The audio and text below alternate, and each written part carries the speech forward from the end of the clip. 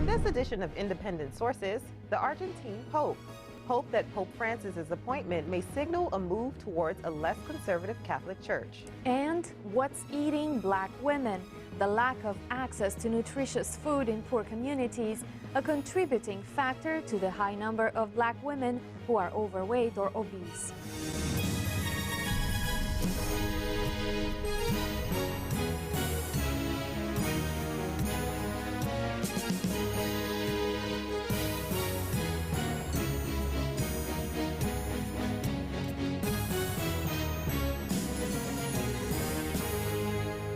Welcome to Independent Sources. I'm Abby Ashola. And I'm Vianora Vinca. Pope Francis's recent appointment had the world abuzz that the Catholic Church's newest leader was Latino. There are many who feel that he represents the Church, sending a strong message to the faithful that it's no longer out of touch with the congregation. On the other hand, there are already questions about whether or not he truly is Latino, and criticisms about his silence during Argentina's dirty war in the late 70s and early 80s. I spoke with Carrie Weber, associate editor of the Catholic publication America Magazine. We talked about what the new pope would mean for the future of other minorities and the leadership of the Church. Carrie, welcome to the studio. Thank you. Is this election of Pope Francis a signal of a new direction that the Catholic Church may be going towards, or is it a result of the internal machinations of the Vatican? Well, I think a lot remains to be seen, obviously. We're only a few days into his papacy, but I do think that it is an indication of the awareness among the cardinals that the Church in Latin America is important, that the Church is outside of Europe, that there is a global church.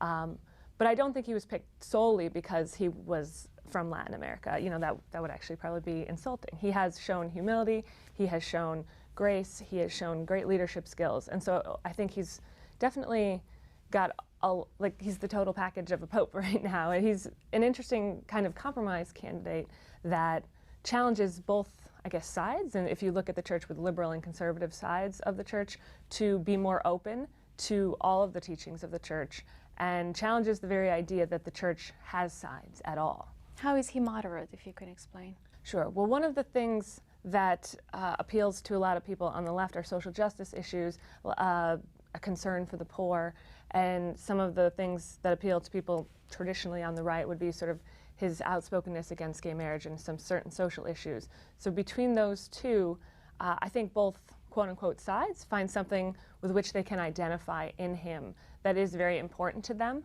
And I think probably people within the Church always want to sort of shape the Pope's views and the Church's views to their own a little bit. So I don't think he's going to please everybody, but I think he's surprising everybody. And in surprising everybody, he kind of opens people up just by the very nature of being surprised. I think we become a little bit more vulnerable. We get caught off guard, and I think we're open to more points of views, to grace, as the Church would put it. Some journalists have expressed feelings against him being thought as a Latino because of his Italian lineage. And so what are you hearing in that regard from the Catholic community? Should he be called Latino? I think one of the important things is that he grew up in Argentina and that he understands the culture of Latin America. And I think that's really key. The other thing I think is that his parents were immigrants. They came from Italy. And I think a lot of American Latinos in the United States identify with the immigration experience or know someone who has immigrated. And I think those two things people can identify with, and getting down to the very specifics of ethnicity is less important than understanding the identity that goes along with it. And I think that he's able to do that. Can we expect more Latin American or ethnic priests being ordained? Well, that's an interesting question. Right now, the Church in Latin America makes up about 40% of the global Church. So there's obviously many, many people there who could potentially become vocations in the Church. In the United States, the young adult, sort of the millennial generation, about 50% of American Catholics in America are Hispanic or Latino. And so this is obviously more vocations will have to come from this population if the church is going to continue, because that population continues to grow within the church. However, there's been some challenges, because there was a study done last fall that found that although Latino Catholics make up 35% of the American church overall, they only make up about 15% of the seminary class in the diocesan seminaries for 2012, and I think it was only about 9% for the professed religious in that same year or the year before. And so they're not joining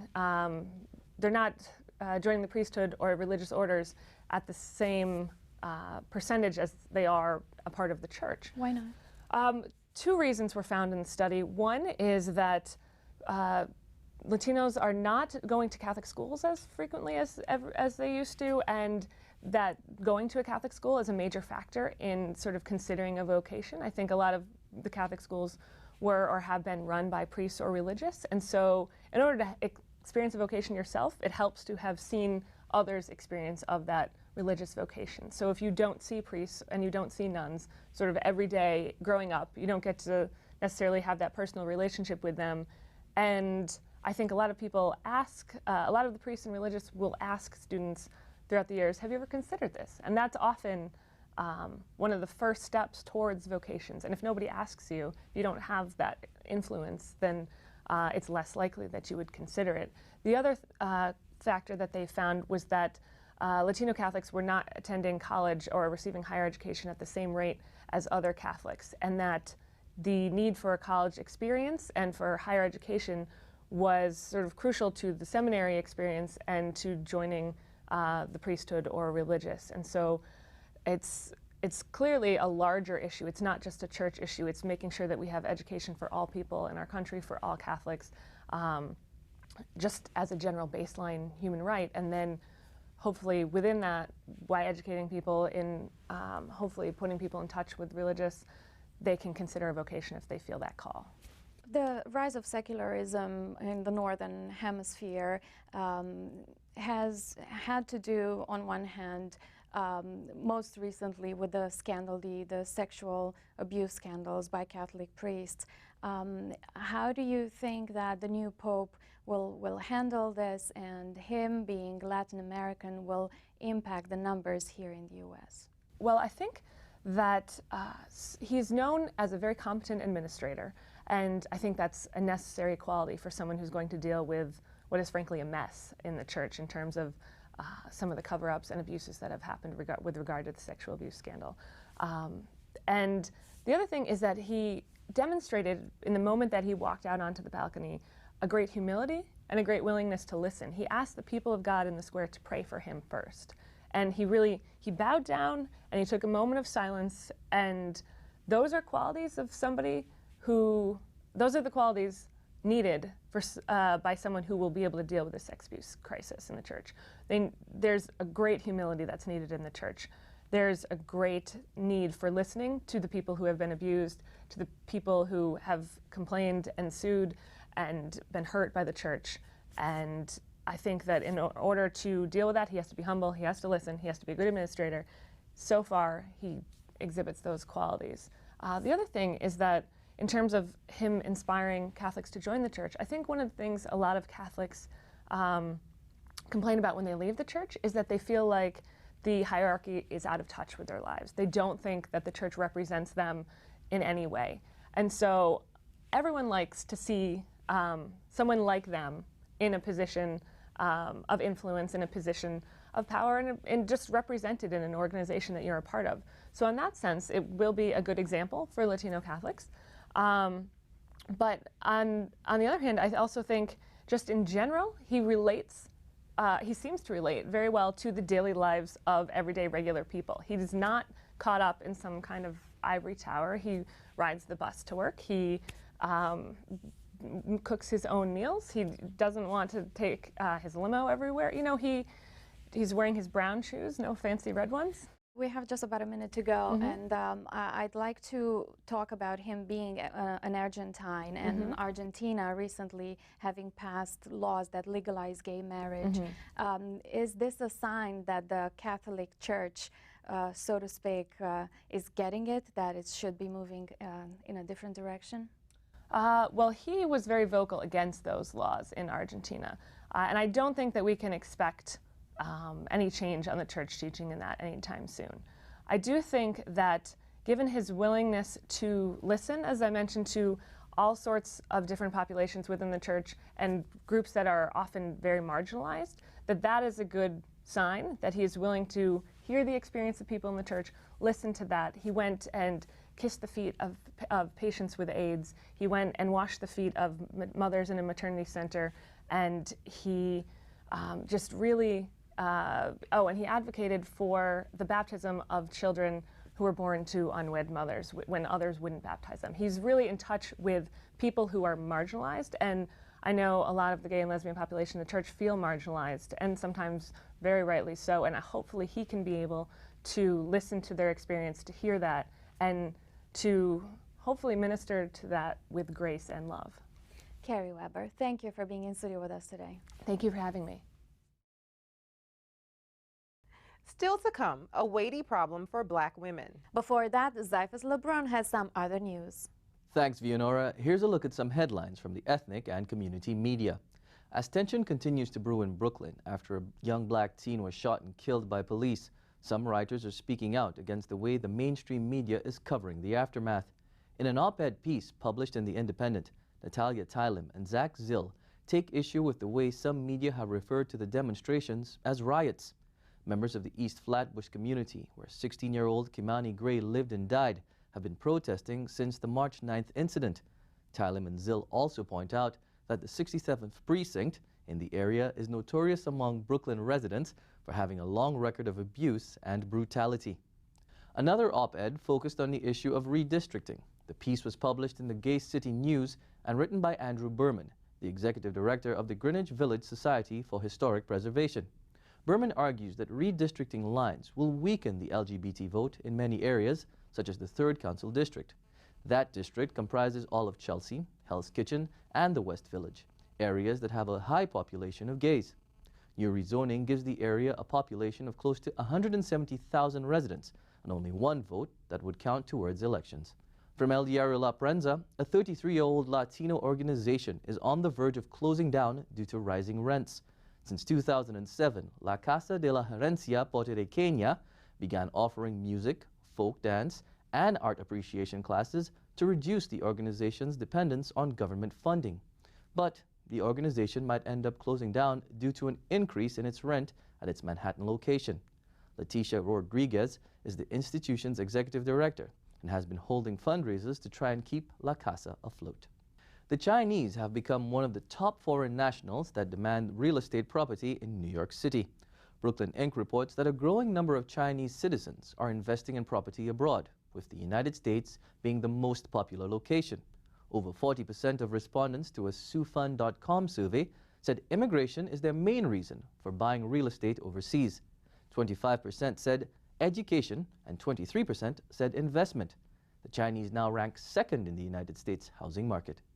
And finally, the Edward Murrow High School's chess team recently emerged as the winner of the New York State High School Championship. 20 private and public schools competed in the event. The Brooklyn school faced its stiffest competition against the Bronx Center for Science and Mathematics. They came in 2nd. The school's math teacher and head of the chess team, Elliot Weiss, says the team's success is likely due to the diverse ethnic backgrounds they represent. Those were just a few stories making headlines this week. Independent Sources will be back right after this.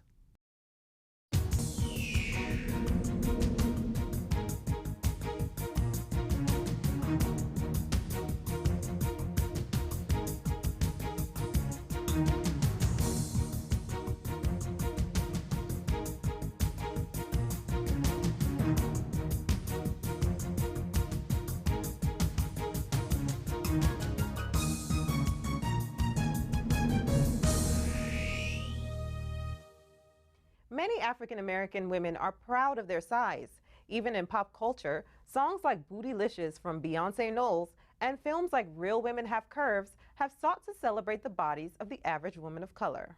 However, there are statistics that show that 4 out of 5 Black women are overweight or obese. It's a trend that may have more to do with food access than bad eating habits. I spoke with Tanya Fields of the Black Project, a food justice organization based out of the Bronx, about this issue of food access. But first, we'll see this piece about Michaela Angela Davis. She's an image activist who works to promote positive images among people of color. Davis has joined the growing ranks of Black women who are starting programs around the country to get healthy. So, okay, so then we've got the garlic popping, right? And I just put the greens right in. Michaela Angela Davis has made eating fresh and healthy food a part of her daily life. This will last my dope daughter and I halfway through the week. The 48-year-old also maintains a consistent exercise regimen. 2, eyes full. But she's not doing it alone. Last December, the image activist teamed up with her friends and started a workout campaign called 30 for 30. Her goal was to get Black women moving. We launched this 30 for 30 and we encourage people to do 30 minutes of exercise or movement for 30 days. That's it. Even if you put on music and freestyle dance and you just move for 30 minutes, like feel who you are, feel your body again, and we got you and we're connected. Then she began a healthy eating mission called Fresh Friday. Fresh food, when you think about it, really is prettier. The challenge? Eat only fresh and non-processed foods on Fridays. Davis and other participants use social media to attract Black women around the country to the program. They share information on healthy meals and photos of their workouts using catchy hashtags like FitIsFly and FreshIsFly. That's 3. Go. She was moved to action when she learned a few alarming statistics. According to the Centers for Disease Control, African American women have the highest obesity and diabetes rates compared to other groups in the U.S. In 2010, Black women were 70% more likely to be obese than non-Hispanic white women. We're dying from preventable things. It's like we didn't survive the institution of slavery and Jim Crow and the civil rights movement to kill ourselves at dinner.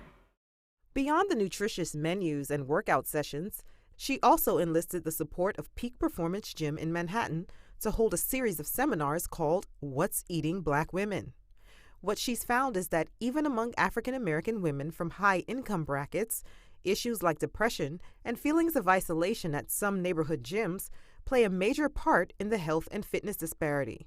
We found that there were a lot of really practical reasons why some Black women weren't working out. They didn't feel safe in certain spaces working out, that their bodies were so exoticized. Like you go into one of these really elite gyms and you're the only super curvy girl in there that they've ever seen aside from Kim Kardashian, and there's all this attention on you. So if we roll together, you know, if there's 2 or 3 or 4 of you, it creates a different story, right? A, it's fun. B, you have some protection. Davis isn't alone in her pursuit. Across the country, Black women are banding together in different ways to change the way the community regards healthy eating and fitness. Like an Atlanta-based mother-daughter duo who recently released a DVD titled Black Girls Workout 2. And a growing movement called Black Girls Run, which started out as an online fitness blog. Today, the organization has over 70 run groups throughout the country. I use a low-fat olive oil spray. Davis says the response to her campaign has been overwhelming, but there have been some challenges. The food piece is a little bit harder, so we have to be much more consistent and a little bit more creative in how we present how to eat, because we literally find people don't know. They really don't. They go down the aisle of produce and don't know what to do. She plans to launch another month of 30 for 30 this spring. She's also in talks to get sponsorship to host a Black Girl boot camp. I think really what's missing is this sense of support and sisterhood and community, and that we're not going to leave you. Like this is not going to be just a moment. Like we want to be fit and fly and fresh to death till the day we rest. 7, 8. So Tanya, as an activist, you've been advocating for urban communities that don't have access to healthy food. How do you think that possibly plays a role in the high number of obesity rates among Black women? I think there's two things, right? So I think, you know, watching the clip with Michaela and knowing her work, I think, you know, she taps a little bit and talks about like institutional racism, this sort of, this idea that many of us are sort of survivors of many of the traumas that present itself in this country and manifest in our communities. And that also extends to food. And so if you look at our food system, it's never been fair, it's never been equitable. The actual beginning of this country was very much about being sort of on the backs and exploitation of indigenous people and enslaved Africans. And so when you disconnect people from the land, when you disconnect them from their culture of food, then that really starts this whole idea of disconnecting them from their culture. And so I think that many folks, many indigenous folks, and many folks of color around the world have always sort of had this idea of like, you know, collards, yams. These all came from the continent of Africa. These are all things that we ate in a very healthy way. And then we experienced the trauma of oppression, and food and many times became an outlet for feeling that sense of protection, feeling that sense of wanting to feel good, this idea of comfort food, and also just trying to do a lot with a little bit, right? And on top of that, then there's been a very deliberate, an intentional campaign, if you will, by big agriculture to put poor quality foods in low-income communities, despite whatever race they might be. But when you think about that and think about the fact that this is a country where race certainly does correlate with income, then of course you have a recipe, no pun intended, for unhealthy eating habits, unhealthy lifestyles in terms of lack of activity, and people not having access to the foods that. So wait, you're out in the community working. Give us an idea of how bad this problem is in terms of the lack of access. You know, if you find me on Instagram, I actually have gone on a one-woman campaign to expose many of the foods that are available and being sold at relatively high prices in the community. I went to go get strawberries for my children, and because I've learned through experience, don't just pick them up and go buy them, open them up and look at them. Well, they're full of mold, right? Some have maggots on the bottom.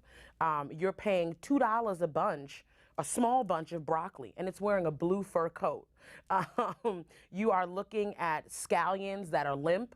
You are looking at, if there are collard greens and kale, they're full of holes. They're starting to turn brown. This is what is being passed off as food in many communities like mine. And so if you're a person who is low income, working class, every dollar counts, well, then you're not going to spend your hard-earned money or the little bit of money that you have from food stamps on that type of produce. So what you will do are buy things that are shelf life stable, which means you're looking at tons of sugar, tons of salt. And then the piece that Michaela talked about as well, also, if you're coming from sort of cyclical poverty, where this has been the purchasing habits of your family, then you may not even know how to prepare the produce that is in front of you. I've heard you say on another video that food trucks pass by a lot of the neighborhoods, the urban neighborhoods that you're working for. Can you explain that and how that works? So I was talking specifically about my community, which is very ironic when you talk about food hardship, because my community, Hunts Point in the Bronx, is called the breadbasket, because the largest food distribution center in the world exists not even a mile away from me. We get 16,000 diesel truck trips every day. The majority of them going back and forth to the distribution center. Baldor, very high-end, sort of specialty boutique food line, is in my community. All of these different things are in my community. They contribute to the negative air quality, but we don't get that food. So we don't even have access to the food that might be able in some small way to offset many of the environmental impacts that exist of this food coming back and forth. So my community literally feeds the northeast corridor of this country, and we can't even go into the Fine Fair or the Seatown and find these things in the aisles of the supermarket. Wow. For years we've been hearing about food deserts. Can you explain what that is and why some communities are left out? Well, I actually don't like the word food desert. particularly because I think that it is a word that has been propagandized by large grocery store chains as an excuse to bring in large grocery stores, which a lot of times if you've got a Whole Foods or really fancy a Cinderella comes into your community, that probably means gentrification is right on the heels of that.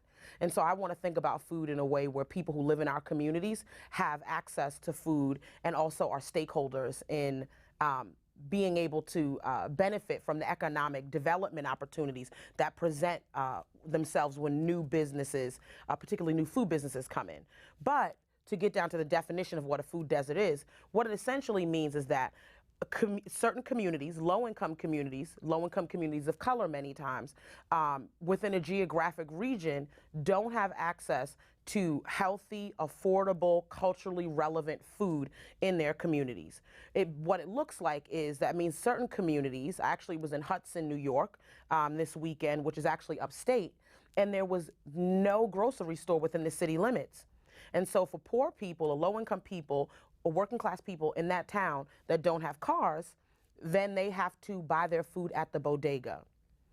It means that people in my community who say this, the local grocery store is not adequate, it means that they would then have to drag their children on a train or a bus, buy groceries, drag them along with their children back on a train or a bus back into the communities. Well, that's not feasible for many people. So what it means is that they are then relegated to having to either purchase low quality food that may not be nutritionally fit for their families, or many times they're just buying whatever they can and that they can afford at the gas station, the bodegas, and low quality hot food retailers. So the Chinese place, the fried chicken place, the Coochie Frito spot. So as an activist, what kind of work have you been doing to help correct the issue? So my organization, the Black Project, really is about how do we create economic development opportunities for low-income women and youth. Because when you're looking at poverty in many communities, then it does really have a very feminine face. And so when we've really thought about how do we create pathways out of poverty, sort of attack this issue that is present within poverty, which really sort of exists around food justice and food sovereignty and, food apartheid, as I like to call it. We started thinking about what were some of the things in our community that were actually looked at as blights, but that could be access.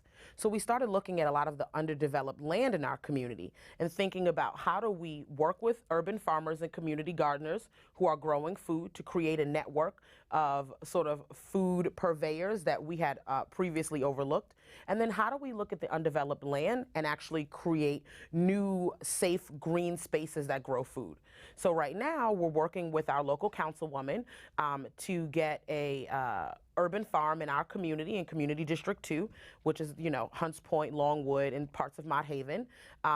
It's called the Libertad Urban Farm. Libertad is a Spanish word for like liberty, freedom. And so we've been working on that. And it's very difficult in New York City to get property, even if it's underdeveloped. The other really big campaign that we're working on now is that we are raising money to create a veggie mobile market. So we have a bus, ironically called Sugar Cube, that was an old school bus that we've repainted. She runs on vegetable oil. So we're really thinking about making sure that as we bring food into our community, that we're not contributing to poor air quality. And we are going to deck her out with solar panels and storage and a refrigeration unit and get a couple Vitamixes so we can make smoothies. What areas will she be in? She will go around the South Bronx. So we're going to hit, Mott Haven, Grand Concourse, Hunts Point, Longwood, Kingsbridge, all of these places where you've got low-income and working-class people of color who want, produce. Thank you so much for being on the show, Tanya. Thank you for having me. That's our show this week. Thanks for staying tuned. Till next time, be independent-minded.